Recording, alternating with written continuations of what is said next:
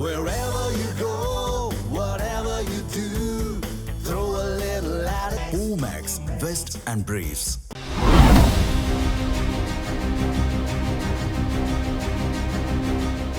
கடந்த திமுக ஆட்சியில் சென்னை மாநகர காவல் ஆணையர் எனும் முக்கிய பொறுப்பில் பணியாற்றி வந்தவர் இந்த அருண் IPS.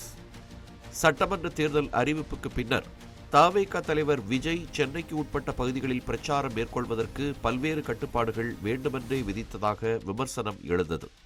திமுகவின் தலைமைக்கு நெருங்கிய தொடர்புடையவராக அறியப்பட்ட அருண் IPSக்கு எதிராக தவேகவினர் உட்பட பல்வேறு அரசியல் கட்சி தலைவர்கள் தேர்தல் ஆணையத்திற்கு அடுத்தடுத்து புகார் மனுக்களை அனுப்பிக் கொண்டே இருந்தனர். அதன்படி அருண் IPSஐ காத்திருப்போர் பட்டியலுக்கு மாற்றி உத்தரவிட்ட தேர்தல் ஆணையர் சென்னை மாநகர காவல் ஆணையராக அபின் தினேஷ் மோடக்கை நியமித்து உத்தரவு பிறப்பித்தது. சட்டமன்ற தேர்தலில் வெற்றி பெற்று தவேக ஆட்சி அமைத்த நிலையில் காவல் உயர் அதிகாரிகள் பணியிட மாற்றம் செய்யப்பட்டனர். அதன் அடிப்படையில் தேர்தல் ஆணையத்தின் உத்தரவின்படி காத்திருப்போர் பட்டியலில் இருந்த அமல்ராஜ் சென்னை மாநகர காவல் ஆணையராகவும், அருண் லஞ்ச ஒழிப்புத்துறை இயக்குநராகவும், அன்பு சட்டம் ஒழுங்கு ADGPயாகவும் நியமிக்கப்பட்டார்கள். திமுகவுக்கு ஆதரவாக இருந்து விஜயின் பிரச்சாரத்தை திட்டமிட்டு முடக்கிய அருணுக்கு லஞ்ச ஒழிப்புத்துறை இயக்குநர் எனும் பெரிய பொறுப்பை வழங்கியது அக்கட்சியினருக்கே பெரும் அதிர்ச்சியை ஏற்படுத்தியது. தேர்தலுக்கு முன்பாக பணியிட மாற்றம் செய்யக்கோரிய ஒருவரையே ஆட்சிக்கு வந்தவுடன் உயர் பொறுப்புக்கு நியமிப்பதாகவும் தவேக அரசு மீது விமர்சனம் எழுந்தது. லஞ்ச ஒழிப்புத்துறை இயக்குநராக அருண் நியமிக்கப்பட்டதன் பின்னணியில் விசிக தலைவர் தொல் திருமாவளவன் கொடுத்த அழுத்தமும் ஒரு காரணம் என்று கூறப்பட்டது. லஞ்ச ஒழிப்புத்துறை இயக்குநராக அருண் பொறுப்பேற்ற பின்னர் பத்திரப்பதிவு அலுவலகங்கள், நகராட்சி மற்றும் மாநகராட்சி அலுவலகங்களில் திடீர் சோதனைகள் மேற்கொள்ளப்பட்டன. அந்த 2 சோதனைகளிலும் மிகவும் சொற்ப அளவிலான பணம் மட்டுமே பறிமுதல் செய்யப்பட்டதோடு முக்கியமான ஆவணங்கள் எதுவும் கைப்பற்றப்படவில்லை என்று அறிவிக்கப்பட்டது. அதோடு கடந்த திமுக ஆட்சி காலத்தில் பொதுப்பணி மற்றும் நெடுஞ்சாலைத்துறையில் முறைகேட்டில் ஈடுபட்டதாக எழுந்த புகாரில் திமுக முன்னாள் அமைச்சர் ஏவா வேலுவின் வீடுகள் மற்றும் அவருக்கு சொந்தமான 14 இடங்களில் லஞ்ச ஒழிப்புத்துறை அதிரடி சோதனை மேற்கொண்டது.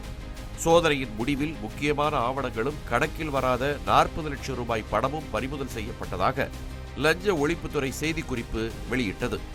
விசாரணைக்காக ஆஜராக வேண்டும் என ஏவா வேலுவுக்கு லஞ்ச ஒழிப்புத்துறை சம்மன் அனுப்பியிருந்த நிலையில் அவர் சிங்கப்பூரில் சிகிச்சை பெற்றுக் கொண்டிருப்பதாக வெளியான தகவல் தமிழகம் முழுவதும் மிகப்பெரிய அதிர்ச்சியை ஏற்படுத்தியது.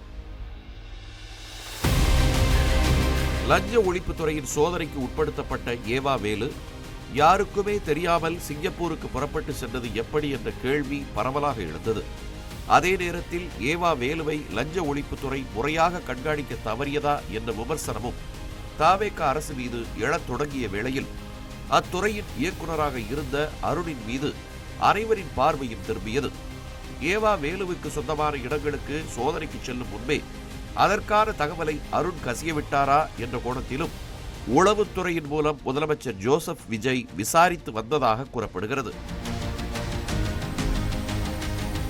திமுகவுக்கு நெருக்கமானவராக அறியப்பட்ட அருணை லஞ்ச ஒழிப்புத்துறை இயக்குநராக நியமித்ததன் விளைவே அத்துறையின் மூலம் திமுகவின் முன்னாள் அமைச்சர்கள் மீது எந்தவித நடவடிக்கையும் எடுக்கவில்லை என்று தவேகவின் மூத்த தலைவர்கள் பலர் முதலமைச்சர் விஜயிடம் கூறியிருக்கிறார்கள்.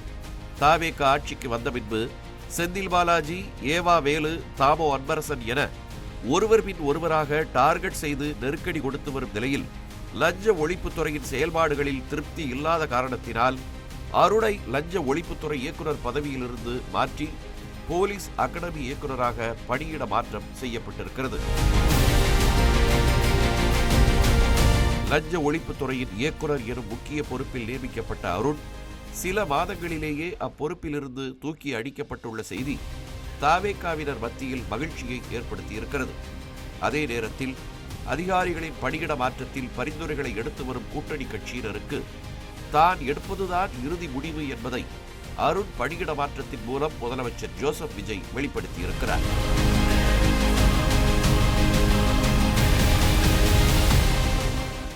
தமிழ் ஜனம் சேனலை சப்ஸ்கிரைப் பண்ணாம பார்த்துட்டு இருந்தீங்கன்னா மறக்காம சப்ஸ்கிரைப் பண்ணிடுங்க.